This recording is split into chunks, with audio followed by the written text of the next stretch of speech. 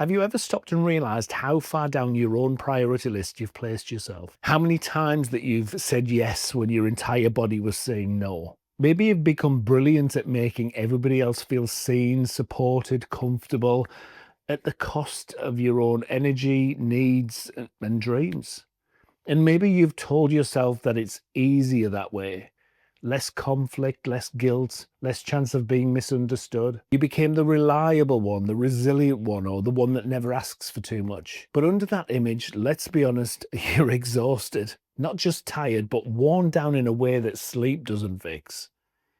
Because deep down, you know this. You know that you've been showing up for everybody else except yourself.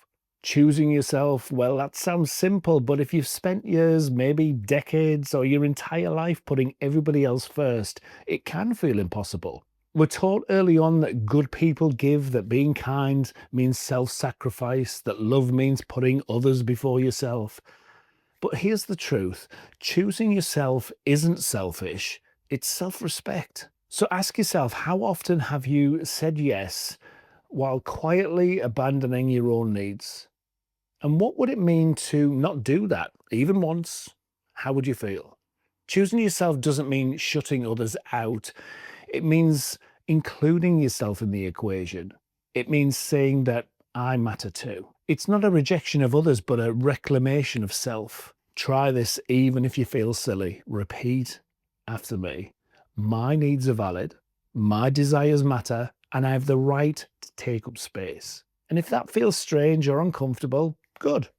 That's your signal, because choosing yourself goes against everything that we've been taught about being likable, agreeable, and easy. But you're not here to be digestible, you're here to be whole. And here's the shift that might change everything. The more that you choose yourself, the more capacity you have to love others and be there for other people. Why? Because you're not loving from a place of depletion. You're not giving from an empty tank or pouring from an empty cup, as the phrase goes. You're offering presence, not some random performance. And here's a deeper question. How would your relationships change if you stopped betraying yourself to maintain them? Because real love doesn't require self-abandonment. Real connection doesn't demand that you disappear or shrink yourself. Yes, choosing yourself might create tension, it might challenge expectations, and it might lead to uncomfortable conversations and disappointing people who you've been overextending yourself for. But it will also do something else. It will create space for honesty, alignment, for a life that actually feels like yours. So where are you still trading inner peace for external approval? Where are you still choosing harmony with others at the expense of harmony with yourself? It doesn't have to be dramatic. Just start small. Pick one place in your life where you've been saying yes too quickly. Pick one truth that you've been holding in.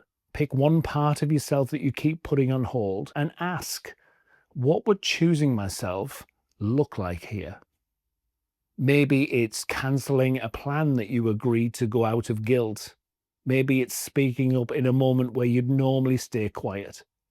Maybe it's finally admitting to yourself that you're tired of pretending that everything's fine. Because every time you choose yourself, you're building a different kind of strength.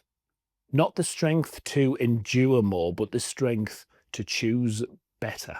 And yes, there might be pushback, people who've benefited from your self-abandonment. They might not like your new boundaries or boundaries at all. They may call you difficult, cold, selfish, but that's just their discomfort speaking, not your truth. You choosing yourself will upset the people who were comfortable with you putting yourself last and not having any boundaries. Let them be uncomfortable. Let the dynamic shift, because the tension, well, that's a sign that something's finally rebalancing. Choosing yourself isn't a one-off, it's a practice. It's a decision that you have to make daily. And yes, some days you'll do it well, some days you won't. But with every attempt, you will grow your capacity to live honestly. So here's a truth to hold on to. Discomfort doesn't mean that you're doing it wrong. It often means that you're being real. There's a big difference between the discomfort of abandoning yourself and the discomfort of finally being honest. And that honesty, well, that's where everything starts to change.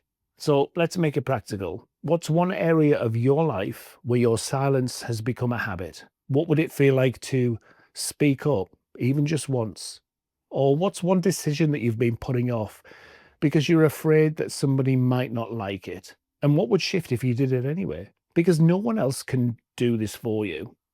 No one else can choose your truth on your behalf. And the longer that you delay, the further away you drift from where you were actually meant to live. So here's the invitation. Say it, mean it, let it land in your system. I'm allowed to prioritize myself. I'm allowed to need, I'm allowed to say no without guilt. Breathe it in, say it again if you need to, write it down, stick it on a post-it on the fridge. Because your life is yours, and the most radical, powerful thing that you can do is stop waiting for permission to choose it. You're not here to live around yourself. You're here to live inside your own truth. So start now. Choose yourself loudly, gently, bravely, not just once, but again and again until it stops feeling radical and starts feeling normal. Because it is, and it always should have been.